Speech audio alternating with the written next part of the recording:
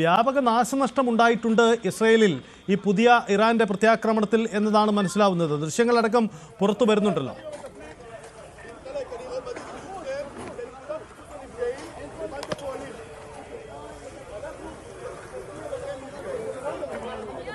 വ്യാപകമായ നാശനഷ്ടം ഇറാന്റെ പ്രത്യാക്രമണത്തിൽ ഇസ്രയേലിൽ സംഭവിച്ചിട്ടുണ്ട്. നിരവധി കെട്ടിടങ്ങൾ അടക്കം തകർന്നു വീണു. അതിന്റെ ദൃശ്യങ്ങളടക്കമാണ് ഇപ്പോൾ പുറത്തു വരുന്നത്. രക്ഷാപ്രവർത്തനങ്ങൾ അവിടെ നടക്കുകയാണ്. നമുക്ക് ദൃശ്യങ്ങൾ കാണുന്നത് പോലെ ഇന്ന് ഈ ഇറാന്റെ ആണവ കേന്ദ്രങ്ങൾ ലക്ഷ്യമിട്ടുകൊണ്ട് അമേരിക്ക നടത്തിയ ആക്രമണത്തിന് മറുപടി എന്നോണം ഇറാൻ നടത്തിയ പ്രത്യാക്രമണമാണ്. അത് ഇസ്രയേലിന് നേരെയുള്ള ആ പ്രത്യാക്രമണത്തിൽ ജനവാസ മേഖലകൾ ലക്ഷ്യമിട്ടുകൊണ്ടാണ് കേന്ദ്രീകരിച്ചുകൊണ്ടായിരുന്നു ആക്രമണം സ്വാഭാവികമായി സംഭവിച്ചത്. നിരവധി ജനവാസ മേഖലകളിൽ മിസൈലുകൾ വന്ന് പതിച്ചു എന്നാണ് മനസ്സിലാക്കുന്നത്.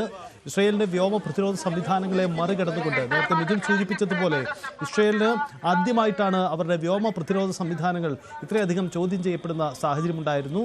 ആർക്കും ഭേദിക്കാൻ കഴിയാത്ത സുരക്ഷിതമായ അയൺ ഡോം അടക്കമുള്ള സംവിധാനങ്ങളുണ്ട് എന്ന പ്രതീക്ഷയിലായിരുന്നു അവർ മുന്നോട്ട് പോയത്. പക്ഷേ സംഭവിച്ച മറ്റൊന്നാണ്. മിഥുൻ, നമുക്ക് ദൃശ്യങ്ങൾ കിരൺ നമുക്ക് ഒപ്പം ചേരുന്നുണ്ട്. കിരൺ, വ്യാപകമായ നാശനഷ്ടമുണ്ടായി എന്നതാണല്ലോ ദൃശ്യങ്ങൾ തെളിയിക്കുന്നത്.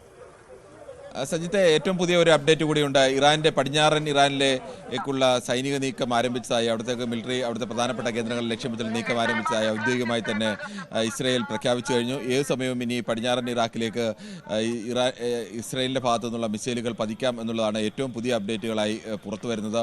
എന്തായാലും ഇസ്രയേൽ ആക്രമണം ഇനിയും തുടരും എന്നുള്ള ഒരു സൂചന തന്നെയാണ് വ്യക്തമാക്കിയിരിക്കുന്നത്. അവിടേക്ക് ആക്രമണം സാധാരണഗതിയിലെല്ലാം ഇത്തരം ആക്രമണങ്ങൾക്ക് മുമ്പ് പ്രധാനപ്പെട്ട ജനവാസ കേന്ദ്രങ്ങളിലേക്കൊക്കെ ആക്രമണം നടത്തുന്നതിന് തൊട്ട് മുമ്പായി ഇസ്രയേലിന്റെ ഭാഗത്ത് നിന്ന് ഇത്തരം മുന്നറിയിപ്പുകൾ നൽകാറുണ്ട്. ഇസ്രയേലിന്റെയും അമേരിക്കയുടെയൊക്കെ ഒരു പുതിയ രീതി കൂടി അത് എങ്ങനെയാണ്, ഉടൻ ഒഴിഞ്ഞു പോകണം, എത്രയും പെട്ടെന്ന് ഞങ്ങളുടെ ആക്രമണം ഉണ്ടാവും എന്ന മുന്നറിയിപ്പ് നൽകുന്നു. തൊട്ടു പിന്നാലെ തന്നെ ആക്രമണം നടക്കുന്നു.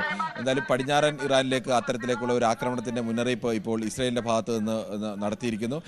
രാവിലെ ഇറാൻ ഇസ്രയേലിലേക്ക് നടത്തിയ ഒരു ആക്രമണത്തിന്റെ തിരിച്ചടി എന്ന നിലയിൽ കൂടിയാവും ആ തരത്തിലേക്കുള്ള ഒരു ആക്രമണത്തെ കാണുന്നത് എന്ന് തോന്നുന്നു. എന്തായാലും ഇസ്രയേലിലെ പ്രധാനപ്പെട്ട പല കേന്ദ്രങ്ങളിലേക്കും ടെല്ലവീവിലേക്ക് അടക്കം, ജെറുസലേമിലും ടെല്ലവീവിലേക്കും ഹൈഫയിലുമൊക്കെ അടക്കം ഇറാൻ വിട്ട മിസൈലുകളിൽ ചിലതെങ്കിലും പതിക്കുകയും 10ഓളം പേർക്ക് പരിക്കേറ്റിട്ടുണ്ട് എന്നുള്ളത് ഇസ്രയേൽ തന്നെ ഔദ്യോഗികമായി സ്ഥിരീകരിക്കുകയും ചെയ്തിട്ടുണ്ട്. എത്ര മിസൈലുകൾ എവിടെയെല്ലാം പതിച്ചു എന്നത് സംബന്ധിച്ചുള്ള സ്ഥിരീകരണം ഇനി വരാനിരിക്കുന്നേ ഉള്ളൂ.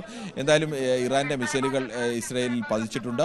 10ഓളം പേരുടെ പരിക്ക് ഇസ്രയേൽ തന്നെ സ്ഥിരീകരിക്കുന്നുമുണ്ട്. ഉടൻ തന്നെ ഒരു പ്രത്യാക്രമണം, അത് പടിഞ്ഞാറൻ ഇറാഖിലേക്കാവും പ്രത്യാക്രമണം നടക്കുക എന്ന്, ജനവാസ മേഖലയിൽ അടക്കം പ്രത്യാക്രമണം ഉണ്ടാവാനുള്ള സാധ്യത ഉണ്ട് എന്ന് വേണം കണക്കാക്കാൻ. ആ ഒരു ആക്രമണത്തിന്റെ ഒരു മുന്നറിയിപ്പാണ് ഇപ്പോൾ ഇസ്രയേൽ നൽകിയിരിക്കുന്നത്.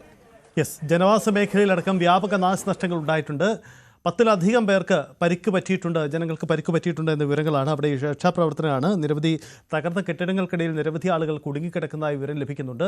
അത് സംബന്ധിച്ച് രക്ഷാപ്രവർത്തനങ്ങൾ തുടരുകയാണ്. എന്തായാലും ഇസ്രയേലിൻ്റെ പ്രഖ്യാപിതമായ വ്യോമ പ്രതിരോധ സംവിധാനങ്ങളെ മറികടന്നുകൊണ്ട് ഇറാൻ്റെ ബാലിസ്റ്റിക് മിസൈലുകൾ ജനവാസ മേഖലയിൽ വലിയ കെട്ടിടങ്ങൾക്ക് മേലും മറ്റും വന്ന് പതിച്ച് വ്യാപക നാശനഷ്ടങ്ങൾ ഉണ്ടായി എന്നതാണ് ഒടുവിലായി പുറത്തുവരുന്ന റിപ്പോർട്ട്.